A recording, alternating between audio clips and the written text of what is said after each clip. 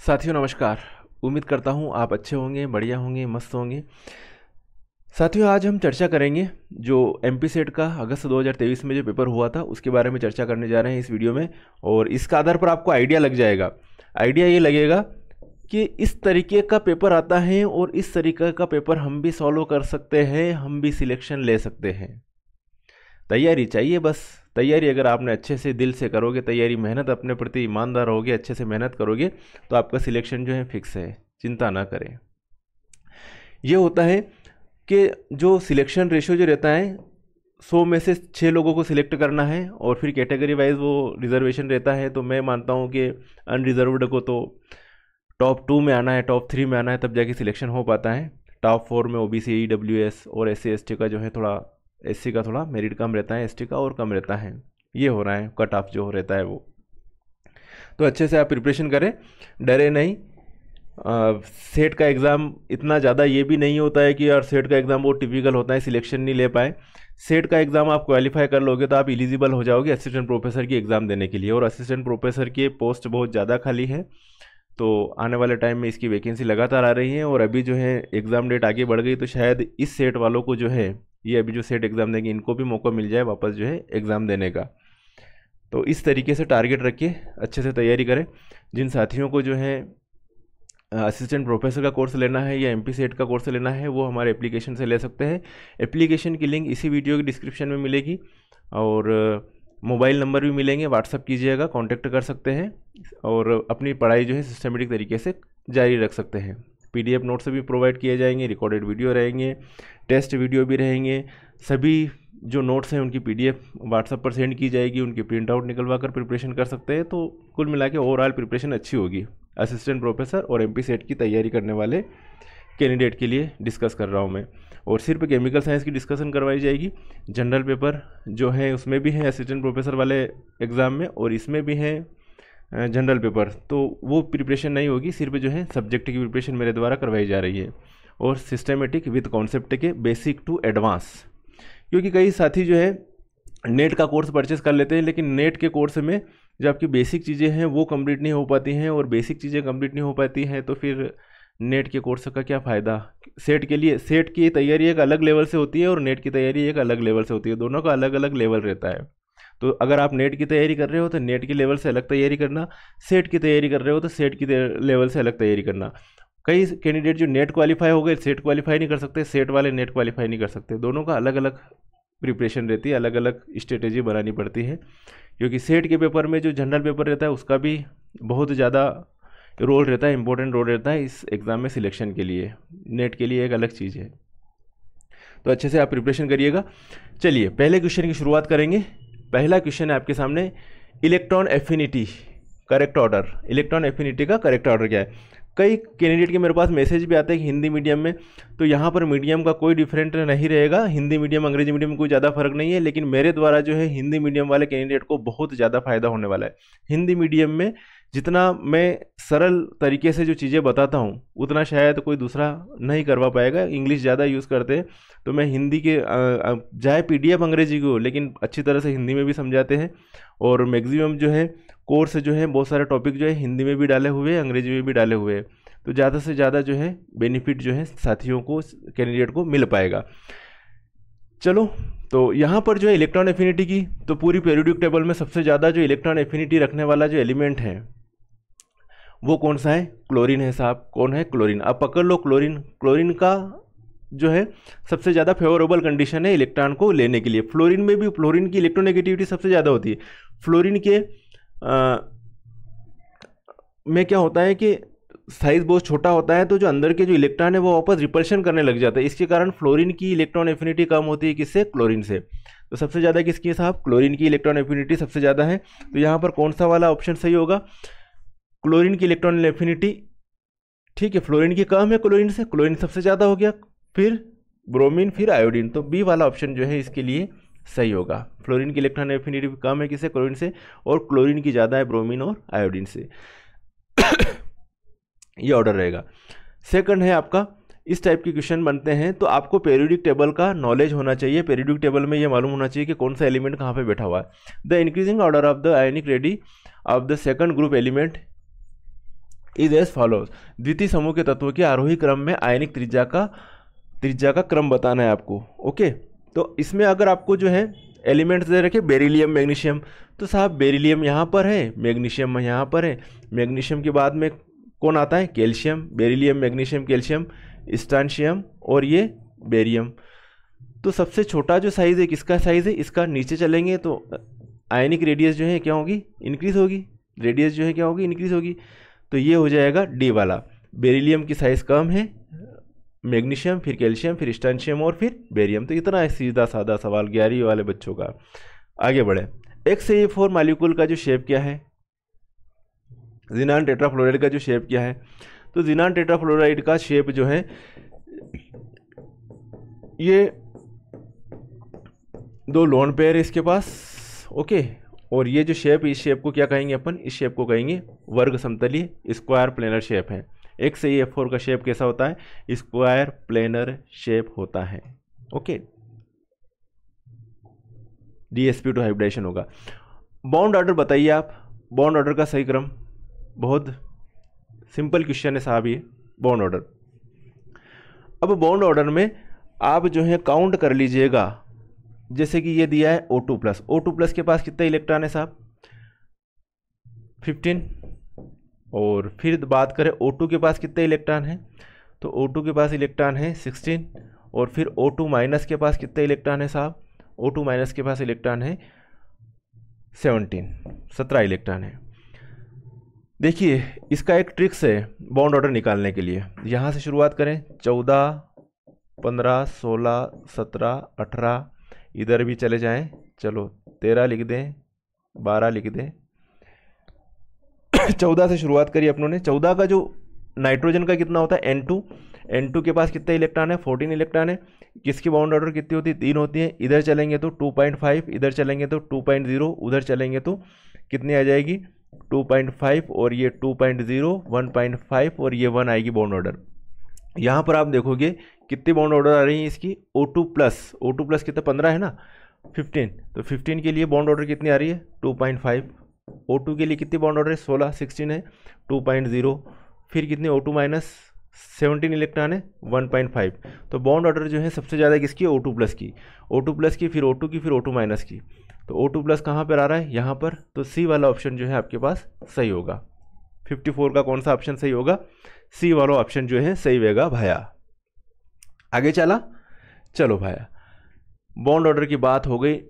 अब इनमें बताना है यहाँ कि आपको कौन सा जो है इसमें पैरामैग्नेटिक है, अणुचुंबकीय है, कौन है इसमें अणुचुंबकीय, कौन सा है। चलिए सोचिए जल्दी से, कमेंट भी कर सकते हैं। अणुचुंबकीय कौन सा है, तो जब MOT देखेंगे तो MOT के अकॉर्डिंग भी अपन कौन सा अणुचुंबकीय है, कौन सा प्रतिचुंबकीय है, मतलब कौन सा पैरामैग्नेटिक है, कौन सा डायमैग्नेटिक है, ये अपन चर्चा कर सकते हैं। लेकिन वैसे भी इनमें जो है विषम इलेक्ट्रॉन है ना, हेट्रो इलेक्ट्रॉन स्पीशीज़ है। तो वैसे भी अपन जो है बात कर सकते हैं कि कौन सा जो है इनमें अणुचुंबकीय होगा। साहब इसके पास O2- के पास जो है कितने इलेक्ट्रॉन है, 8 + 9, टोटल कितने हैं 17 इलेक्ट्रॉन हो रहे हैं इसके पास। इसके पास 6 + 8 14 इलेक्ट्रॉन है, और इसके पास 6 + 8 14 इलेक्ट्रॉन है। इसके पास 7 + 7 कितने इलेक्ट्रॉन है, 14 इलेक्ट्रॉन है। तो ये जो है सभी 14 इलेक्ट्रॉन स्पीशीज आ रही है, ये 17 इलेक्ट्रॉन है इसमें O2- के पास।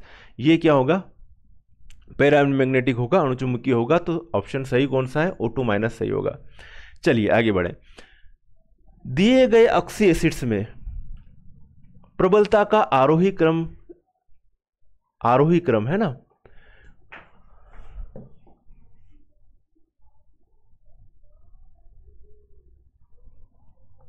Following order, increasing the following order. चलिए बताइए, आरोही क्रम बताना है। आरोही क्रम में छोटा ये वाला देखना, तो सबसे कम जो है एसिडिक कौन है इसमें, सबसे कम एसिडिक कौन है, HClO। +1 ऑक्सीडेशन स्टेट आएगी इसमें क्लोरीन की, इसमें कितनी आएगी +3 आएगी, इसमें कितनी आएगी +5 आएगी, और इसमें कितनी आएगी +7 ऑक्सीडेशन स्टेट आएगी। तो ये इजीली H+ देगा सबसे आसानी से, इजीली। तो ये जो है HClO, HClO2, HClO3, HClO4, lower than, है ना, HClO lower than HClO2, lower than HClO3, lower than HClO4। तो इसका सी ऑप्शन जो है सही होगा। ठीक है, एसिडिटी ऑर्डर दे रखा है। चलिए, बहुत क्या क्वेश्चन बने हैं। निम्नलिखित में से, है ना, which of the following is not a Lewis acid, निम्नलिखित में से कौन लुईस अम्ल नहीं है। तो लुईस एसिड बेस पड़े हुए हैं, ये सभी को मालूम है। बताइए कौन सा जो है लुईस अम्ल नहीं है। ठीक है, ये लुईस एसिड है, ये है, ये है, ये है। ठीक है, PH3 जो है वो क्या है, लुईस बेस है। ये क्या है, लुईस बेस है। तो इसका ऑप्शन कौन सा सही होगा, डी वाला ऑप्शन जो है सही होगा। दिए गए विकल्पों में से 1 डेसी नॉर्मल NaOH के जलीय विलयन के pH मान हेतु सही विकल्प का चयन कीजिए, या select the correct option from the following option for the value of 1 deci normal aqua solution of NaOH। यहाँ पर बात हुई 1 डेसी नॉर्मल NaOH सॉल्यूशन की बात हुई। तो जब 1 डेसी नॉर्मल NaOH सॉल्यूशन की बात करेंगे तो जो pH जो निकालते हैं वो आसानी से H + OH minus ion concentration, इसके 10⁻⁻14 लिखते हैं अपन। तो हाइड्रोजन आयन कॉन्सेंट्रेशन की बात कर रहे हैं अपन, है ना। तो कितनी है, OH माइनस की 1 डेसी नॉर्मल मतलब 10⁻⁻1, 10⁻⁻1, 1 डेसी नॉर्मल में 0.1 n नॉर्मेलिटी। तो ये जो है 10⁻⁻14 और ये हो जाएगा H + 10⁻⁻1, 10⁻⁻14, 10⁻⁻1, 10⁻⁻13 और 10⁻⁻13 है। तो pH जो है वो कितना होगा, 13 होगा, 13 pH होगा, 13 pH होगा। ओके। और 1 डेसी नॉर्मल NaOH सॉल्यूशन बनाने के लिए कितना चाहिए, NaOH कितना चाहिए, 4 ग्राम चाहिए आपको। कितना चाहिए, 4 ग्राम, क्योंकि 4/40 गुणित 1000/1000।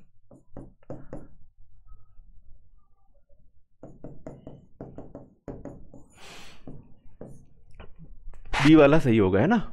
चलिए आगे बढ़ जाते हैं। इनमें से इनऑर्गेनिक बेंजीन, निम्नलिखित में से अकार्बनिक बेंजीन कहलाने वाला यौगिक का चयन कीजिए। इनऑर्गेनिक बेंजीन बोराजिन को कहते हैं, और बोराजिन का जो फार्मूला है साहब क्या है, B3N3H6 है। क्या फार्मूला है बोराजिन का, B3N3H6। ऑप्शन कौन सा वाला सही होगा, ये होगा। बोराजिन की स्ट्रक्चर होती है B फिर N फिर B फिर N फिर B फिर N, और हर एक से, जैसे बेंजीन की स्ट्रक्चर में हर कार्बन से हाइड्रोजन जुड़ा रहता है, ऐसे ही इसमें भी हर एक से हाइड्रोजन ऐड है ये। ओके। एक और क्या चीज होती है, इसके पास रहता है लोन पेयर, नाइट्रोजन के पास, वो लोन पेयर इधर से इधर की ओर बॉन्ड बनाता है।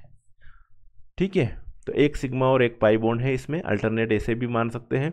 और हर एक बोरान और नाइट्रोजन पर अगर हाइब्रिडाइजेशन की बात करेंगे तो कौन सा हाइब्रिडाइजेशन होगा, नाइट्रोजन पर भी sp2 हाइब्रिडाइजेशन, और बोरान पर भी कौन सा हाइब्रिडाइजेशन होगा, sp2 हाइब्रिडाइजेशन होगा।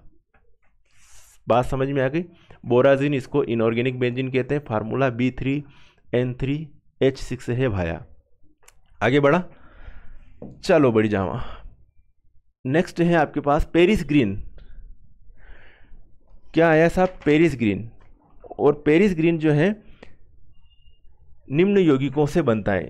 थ्योरेटिकल क्वेश्चन है, कई बार एग्जाम में पूछा गया है। इंसेक्टिसाइड, पेस्टिसाइड के फॉर्म में यूज़ किया जाता है। और इसका जो सही ऑप्शन क्या है, क्यूप्रिक एसीटेट और क्यूप्रिक आर्सेनाइड। क्यूप्रिक एसीटेट तथा क्यूप्रिक आर्सेनाइड, इनसे जो है क्या बनाया जाता है, पेरिस ग्रीन बनाया जाता है। ठीक है, इन दोनों से पेरिस ग्रीन बनाया जाता है। और इसका जो क्यूप्रिक एसीटेट का जो फार्मूला है वो क्या है, CuC3H3O2 ट्वाइस। क्या है, क्यूप्रिक एसीटेट। और cupric arsenide CuAsO2 twice, AsO2 twice, cupric arsenide. Paris green से बनाया जाता है। और पेरिस ग्रीन का जो यूज़ है वो यूज़ किस में किया जाता है, इंसेक्टिसाइड, फंगिसाइड में किया जाता है। ग्रीन कलर का रहता है ना, इसलिए इसको पेरिस ग्रीन कहते हैं। याद रहेगा, आयरन फायरन कुछ नहीं, आयरन सिल्वर महंगे हैं साहब, फेरिक क्लोराइड फेरस क्लोराइड नहीं है साहब, सोडियम एसिड नहीं, क्यूप्रिक कापर आ रहा है, cupric acetate cupric arsenide Paris green में, याद रहेगा। अब इसमें जो है कोऑर्डिनेशन केमिस्ट्री जब पढ़ते हैं, CFAC जब पढ़ते हैं, क्रिस्टल फील्ड, तो अलग अलग सभी के अपन जो है स्क्वायर पेंडुलम वाले, टेट्राहेड्रल वाले, ऑक्टाहेड्रल वाले, उन सभी के जब अपन देखते हैं डी कक्षक की एनर्जी, तो उसमें देखा जाता है तो निम्नलिखित में सर्वाधिक ऊर्जा वाले डी कक्षक का त्रिकोणीय द्विपिरामिडीय क्रिस्टल क्षेत्र में चयन कीजिए, है ना। डी कक्षक का निम्नलिखित में सर्वाधिक ज़्यादा एनर्जी वाला, तो सबसे ज़्यादा एनर्जी वाला DZ² होता है। कौन सा होता है? DZ²। नेक्स्ट क्वेश्चन है आपका NiCN4 और NiCl4 के चुंबकीय व्यवहार के संबंध में निम्न में से कौन सा कथन सत्य है? Among the following which statement is correct with respect to the magnetic nature of the complex? बताओ साहब, इनमें मैग्नेटिक नेचर कौन है, डाईमैग्नेटिक कौन है, पैरामैग्नेटिक? चलिए ध्यान रखना, प्रतिचुंबकीय को अंग्रेजी में डाईमैग्नेटिक कहते हैं, अणुचुंबकीय को पैरामैग्नेटिक। पी से पी नहीं, उल्टा बता देना, ठीक है। प्रतिचुंबकीय डाईमैग्नेटिक और अणुचुंबकीय पैरामैग्नेटिक। तो अब यहाँ पर आप देखोगे, जब भी आप इसको देखो तो इसमें क्या है, strong field weak field ligand का काम देखना। ये स्ट्रॉन्ग फील्ड लिगेंड है और ये है वीक फील्ड लिगेंड है, क्लोरीन। तो इसमें क्या हो जाएगी, पेयरिंग हो जाएगी, इसमें पेयरिंग नहीं हो जाएगी। दोनों में निकिल की जो ऑक्सीडेशन स्टेट है वो +2 ऑक्सीडेशन स्टेट है भाया। और +2 ऑक्सीडेशन स्टेट की बात जब अपन करेंगे तो ये लिया अपनों ने NiCN4 ऑक्सीडेशन स्टेट तो निकालना आती होगी, x + 4 - 1 - 2 x = 4 - 2 +2 ऑक्सीडेशन स्टेट आ रही है इसमें, किसकी? निकिल की। अब +2 ऑक्सीडेशन स्टेट आ रही है तो निकिल की जो है Na2+ कंडीशन में जो कॉन्फ़िगरेशन होगा वो क्या होगा, 3D8 4s0 होगा। अब 3D8 4s0 है, ध्यान से देखिए, 3D8 4s0, आगे 4p खाली पड़ा हुआ है। 3D8 में 1 2 3 4 5 6 7 8, ओके, ये कंडीशन है साहब, निकिल की कंडीशन। अब ये स्ट्रॉन्ग फील्ड लिगेंड है तो इनका क्या हो जाएगा, पेयरिंग हो जाएगा। और इन इलेक्ट्रॉनों का पेयरिंग हो गया तो ये 8 इलेक्ट्रॉन हैं, ये इनके लिए 4 ऑर्बिटल की रिक्वायरमेंट ही है और ये कंडीशन रहेगी। अब पेयरिंग हो गया तो यहाँ पर किसके, CN के इलेक्ट्रॉन इनमें ठहरेंगे साहब। और इस कंडीशन में यहाँ पर जो है हाइब्रिडाइजेशन कौन सा होगा, DsP2 है। कोई अनपेयर्ड इलेक्ट्रॉन नहीं दिख रहा है तो क्या है, NiCN4 जो है वो क्या है, 4 प्रतिचुंबकीय है, डाईमैग्नेटिक है। मेरी बात समझ में आ गई। अब अणुचुंबकीय ये है, क्या है, अणुचुंबकीय। ये अणुचुंबकीय क्यों है, क्योंकि इसमें क्या है, वीक फील्ड लिगेंड है, इलेक्ट्रॉनों की पेयरिंग नहीं होगी। और इलेक्ट्रॉनों की पेयरिंग अगर नहीं हो रही है साहब, 1 2 3 4 5 6 7 8 पेयरिंग नहीं हो रही है तो जो क्लोरीन के जो इलेक्ट्रॉन हैं वो आगे जाके इनमें ठहरेंगे, Cl Cl Cl Cl इनमें ठहरेंगे। और इसमें जो हाइब्रिडाइजेशन होगा वो sp3 होगा। और इसमें DsP2 हाइब्रिडाइजेशन हो रहा है, इसमें sp3 हाइब्रिडाइजेशन हो रहा है। इसकी जो शेप है वो टेट्राहेड्रल है, इसकी जो है वो स्क्वायर प्लेनर शेप होगी। ये वाला जो है प्रतिचुंबकीय होगा, डाईमैग्नेटिक होगा, ये वाला जो है अणुचुंबकीय होगा। कॉम्प्लेक्स से रिलेटेड डाईमैग्नेटिक पैरामैग्नेटिक वाला क्वेश्चन 100% आता है। इसी में ऐसे क्वेश्चन भी बनते हैं कि किसके पास कितने अनपेयर्ड इलेक्ट्रॉन है साहब। आई बात समझ में? आगे वेगा साहब, बात तो समझ में। चला आगे, क्वेश्चन क्लियर है? तो ये क्रमशः प्रतिचुंबकीय और अणुचुंबकीय है भाया। चलो साहब, इस वाले से भी कई बार क्वेश्चन बना है साहब कि TiH2O6 3+ और TiClH2O5 2+ का रंग क्रमशः क्या होता है, इनका कलर कैसा होता है साहब। तो TiH2O6 3+ का तो रटा रटाया है, कई बार एग्जाम में पूछा गया है। इसका कलर कैसा होता है, बैंगनी। और ये जो है कैसा होता है, हरा। तो ये वाला जो इसका बी वाला जो ऑप्शन इसका जो है सही होगा। नेक्स्ट आपके सामने क्वेश्चन हाजिर है, मेटल कॉम्प्लेक्स NiCN4 2-, MnCX 3- और CrCN6 3-। अब इन तीनों में जो अगर ऑक्सीडेशन स्टेट देखेंगे तो Ni वाले में भी कितनी है, 2+ ऑक्सीडेशन स्टेट है। इसमें 6 और 3 Mn 3+ है, Mn 3+ है। और एक और क्या है, Cr में क्या है, Cr की भी 3+ है। ओके, इनमें प्रतिस्थापन का दे रखा है, प्रतिस्थापन का अवरोही क्रम दे रखा है। इसमें अभी जो है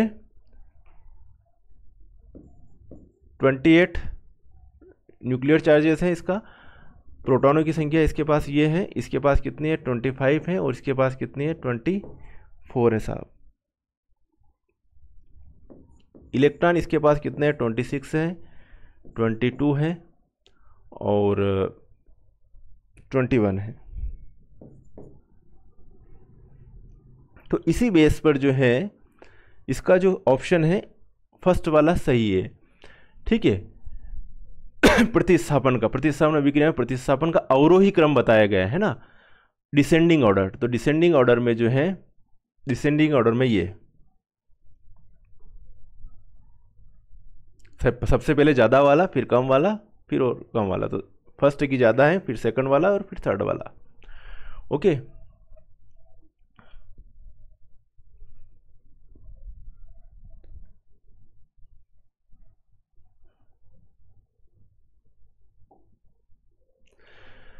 नेक्स्ट लेंथेनाइट कॉन्ट्रैक्शन होता है।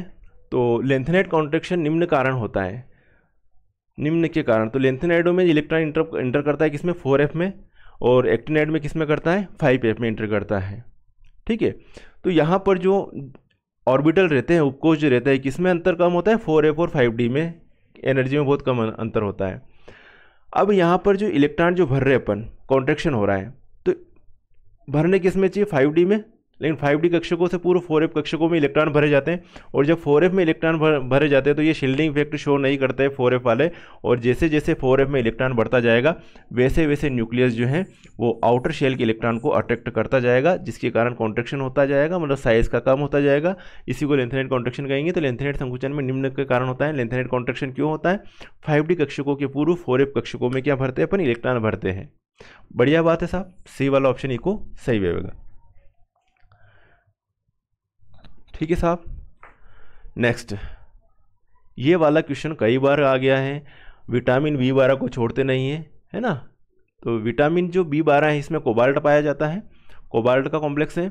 और कौन सा आर्गेनोमेटलिक यौगिक प्राकृतिक रूप से पाया जाता है, नेचुरल वाला कौन सा है साहब, तो ये सभी जो है सिंथेटिक है। और ये वाला जो नेचुरल है तो विटामिन B12, विटामिन B12 इको सही ऑप्शन है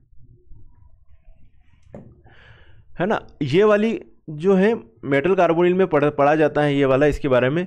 तो CO2CO8 कैटलिस्ट की उपस्थिति में ओलिफिन की हाइड्रो फार्मुलेशन प्रक्रिया में एक इंटरमीडिएट बनता है। क्या बनता है साहब, एक इंटरमीडिएट बनता है ना। An intermediate is form during the hydro formulation of olefin using CO2CO8 as catalyst. Which one is that intermediate, choose from the following. इसमें से उस इंटरमीडिएट को चूज करना है कि कौन सा इसमें वो जो है इंटरमीडिएट होता है, ठीक है। तो जो इंटरमीडिएट जो यूज़ किया होता है वो होता है HCO थ्राइस।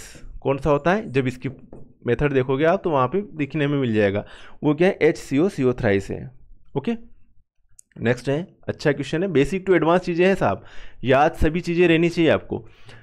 जिगलर नाटा है ना, निम्नलिखित कथन में रिक्त स्थानों की पूर्ति दिए गए विकल्पों में से चयन करके कीजिए। तो द्वारा संक्रमण धातु का उत्प्रेरक के रूप में उपयोग कर गैस से हाइड्रोकार्बन, एल्कोहल तथा एल्कीन बनाया जाता है। कौन सी गैस से, तो यहाँ पे अक्रिय है तो ये तो वैसे ही कट रहा है साहब। सिंथेसिस पानी गैस कहाँ पे लिया है, तो 2-3 तो वैसे ही कट रहे हैं यहाँ पर। तो यहाँ पर इसका जो सही ऑप्शन होगा वो कौन सा होगा जिगलर नाटा कैटलिस्ट और ग्रीन हाउस गैस का ये करेंगे। Fill in the blank in the statement from the option given below. The uses transition metal catalyst to prepare hydrocarbon, alcohol and alkene from, कौन सी गैस से, तो ग्रीन हाउस गैस का यूज़ किया जाता है।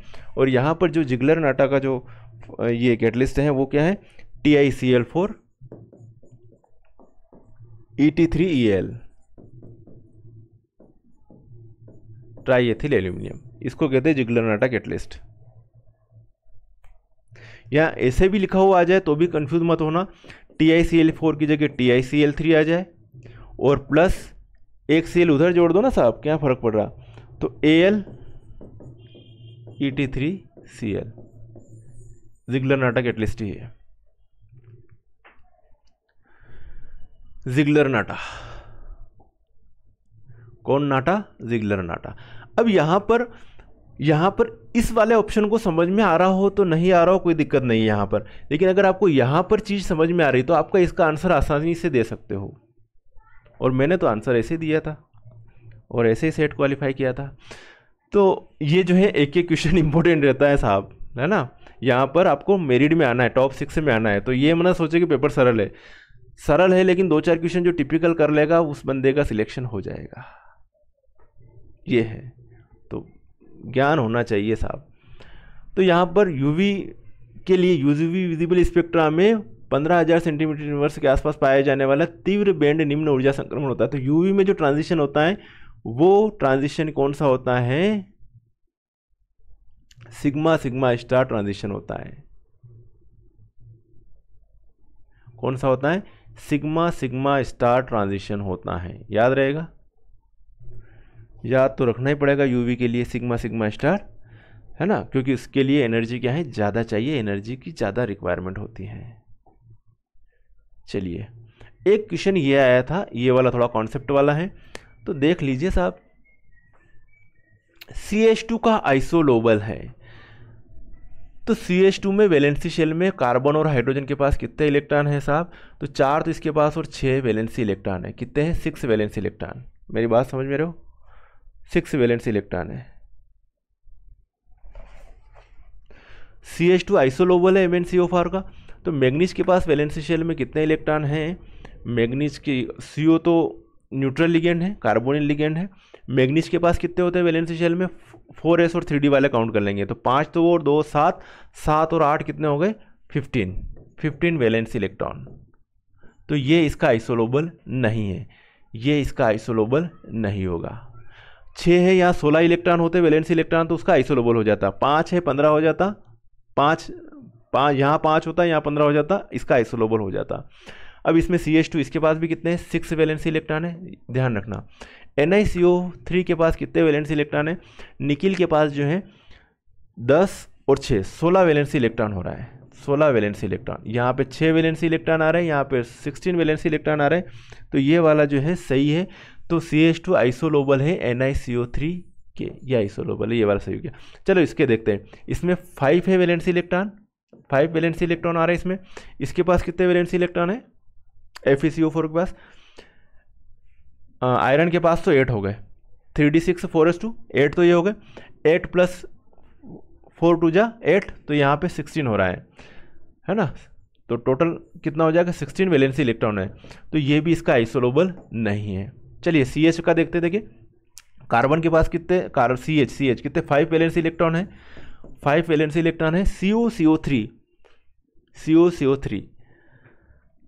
कोबाल्ट 27, तो 9 तो ये हो गए। 9 प्लस ये कितने हो जाएंगे? 9 हो रहे ना, 3d7 4s2, 9 + 6 तो 15 हो रहे हैं यहाँ पर, 15 वैलेंसी इलेक्ट्रॉन। तो ये वाला जो क्वेश्चन, ये इसका आइसोलोबल ये भी है और ये भी, दोनों आइसोलोबल है। तो यहाँ पे 2 ऑप्शन सही थे, तो शायद ये जहाँ तक है बोनस में गया होगा। इसके 2 ऑप्शन सही थे, B और D दोनों सही थे। और ऐसे भी बोनस में नहीं गए। अगर किसी बंदे ने ये लगा दिया तो भी सही है, ये लगा दिया तो भी सही है, तो B और D जिसने लगाया था उसके सही है, A और C लगाया तो उसके गलत। ऐसे भी किया इस बार सेट ने, मतलब 2 ऑप्शन है, दोनों में से किसी को भी टिक कर रखा तो वो सही है। तो ये तो गलत तरीका है वैसे, है ना, पूरा कैंसिल हो जाना चाहिए। तो A और C लगाया था जिसने गलत है, और B और D लगाया था उनके लिए सही था। चलिए, हीमोग्लोबिन, तो हीमोग्लोबिन जो है तथा मायोग्लोबिन, है ना। हीमोग्लोबिन का क्या काम है साहब? ऑक्सीजन का ट्रांसपोर्टेशन करना, ऑक्सीजन कैरी करना। और मायोग्लोबिन का क्या है? ऑक्सीजन का स्टोरेज करना। हीमोग्लोबिन के पास इतना टाइम नहीं रहता है कि वो रुके। हीमोग्लोबिन तो ट्रांसपोर्टेशन का काम करता है। होता क्या है, अपनी बॉडी के अंदर जो है फेफड़े से जो ऑक्सीजन जो जा रही है उसको बाइंड अप करने का कौन काम कर रहा है? हीमोग्लोबिन काम कर रहा है। हीमोग्लोबिन जो है ऑक्सीजन को बाइंड अप करके पूरे बॉडी में जा रही है, मांसपेशियों में जा रही है, हार्ट के थ्रू ब्लड जो जाता है तो ऑक्सीजन बाइंड अप करके ले जा रहा है। और वहाँ पर जो है प्रेशर कम हो जाता है, फेफड़ों में प्रेशर ज़्यादा रहता है, वहाँ पर प्रेशर मांसपेशियों में वहाँ प्रेशर कम है तो वहाँ पर ऑक्सीजन को रिलीज़ कर लेता है और मायोग्लोबिन को ट्रांसफ़र कर देता है ऑक्सीजन। मायोग्लोबिन MbO2, मायोग्लोबिन उस ऑक्सीजन का स्टोरेज रखता है अपने पास। जब जब बॉडी को रिक्वायरमेंट होती है ग्लूकोज को तोड़ने के लिए तो मायोग्लोबिन ऑक्सीजन प्रोवाइड करवाता है। ग्लूकोज प्लस ऑक्सीजन से टूटता है, CO2 प्लस H2 जो है बनता है, प्लस एनर्जी रिलीज़ होती है, उसी एनर्जी का अपन उपयोग करते हैं। तो ये बायो इनऑर्गेनिक वाले के पार्ट में डिस्कशन किया था। तो यहाँ पर हीमोग्लोबिन का काम क्या, ऑक्सीजन वाहक का, ऑक्सीजन कैरियर का काम करता है और ऑक्सीजन संचयन का, स्टोरेज का काम कौन करता है, मायोग्लोबिन करता है। ये क्वेश्चन कई बार एग्जाम में पूछ लिया है साहब कि किसी पेड़ की आयु का आकलन करने के लिए उपयोग किया जाने वाला रेडियोधर्मी समस्थानिक कौन सा है ना, कौन सा है साहब रेडियोधर्मी समस्थानिक, रेडियोधर्मी समस्थानिक। तो इसका जो सही ऑप्शन क्या है, ये वाला सी वाला, कार्बन 14। ओके, याद रहेगा, आकलन करने के लिए कार्बन 14 का यूज़ किया जाता है, सी वाला ऑप्शन सही है। थर्मोग्रेविमेट्री TG, इसको क्या कहते हैं, थर्मोग्रेविमेट्री क्या है साहब, थर्मोग्रेविमेट्री क्या है? तो ये थ्योरेटिकल क्वेश्चन है, थर्मोग्रेविमेट्री है ना। तो a technique in which change in the weight of a substance is recorded as a function of temperature और टाइम, एक तकनीक की जिसमें पदार्थ के भार में अंतर को तापमान या समय के फलन के रूप में दर्ज किया जाता है, उसको TG कहते हैं।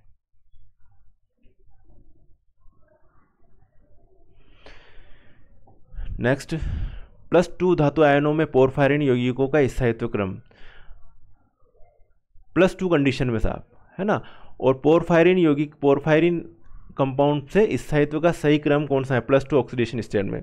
तो +2 ऑक्सीडेशन स्टेट में जो है सबसे ज़्यादा स्टेबिलिटी शो करता है कौन सा, कॉपर, फिर CO2+, फिर Na2+, और फिर Fe2+। ये ऑर्डर याद रखना, +2 ऑक्सीडेशन पोरफायरिन यौगिकों के स्थायित्व का सही क्रम। बायो इनऑर्गेनिक के अच्छे खासे क्वेश्चन बने यार, मतलब आयरन सल्फर प्रोटीन का कार्य क्या है, इलेक्ट्रॉन ट्रांसफर का काम है। बायो इनऑर्गेनिक का इसका क्या काम है, इलेक्ट्रॉन ट्रांसपोर्टेशन का काम है साहब, इलेक्ट्रॉन ट्रांसपोर्टेशन।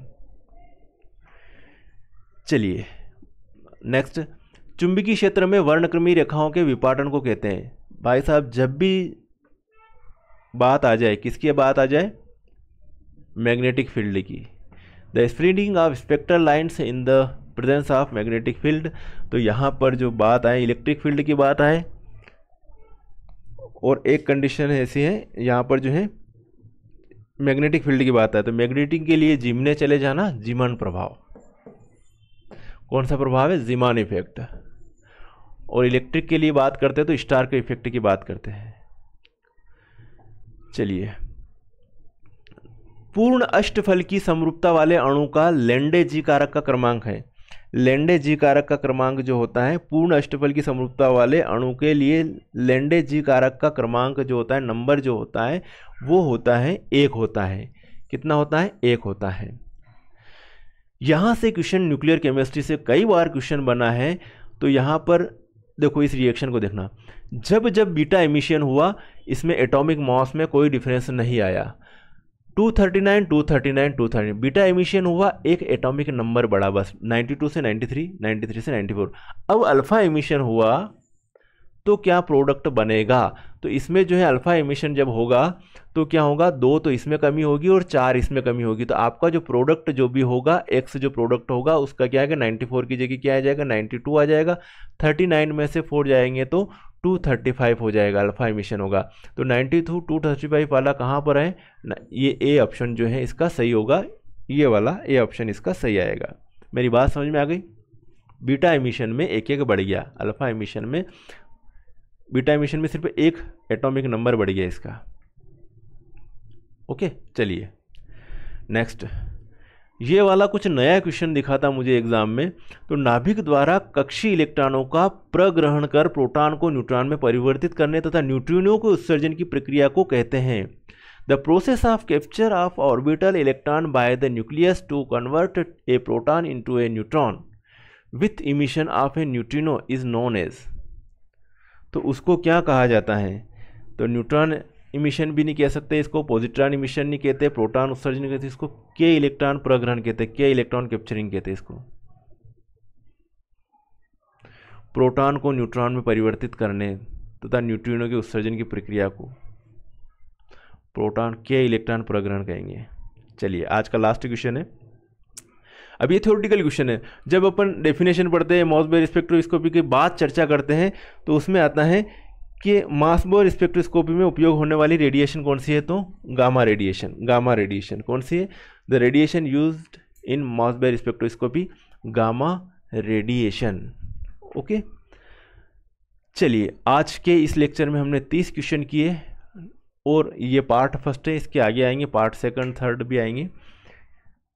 तो अच्छे से तैयारी कीजिएगा, समय कम है आपके पास और जो ज्ञान है, नॉलेज है, वो ऐसा कभी भी व्यर्थ नहीं जाता साहब। आप जो पढ़ाई कर रहे हो वो हमेशा काम में आएगी अगर आपको इस फील्ड में रहना है, तो एजुकेशन फील्ड में रहना है। तो अच्छे से पढ़ाई कीजिएगा और जिन साथियों को कोर्स पूरी तरह से पढ़ना है, अच्छी तरह से करना है, तो हमारे साथ जुड़ सकते हैं। एप्लीकेशन की लिंक इसी वीडियो की डिस्क्रिप्शन में मिलेगी, मोबाइल नंबर भी मिलेंगे, व्हाट्सअप कर लीजिएगा मुझे। ओके साथियों, सभी को बेस्ट ऑफ लक। मिलेंगे फिर नेक्स्ट वीडियो में, तब तक के लिए ओके बाय, जय हिंद।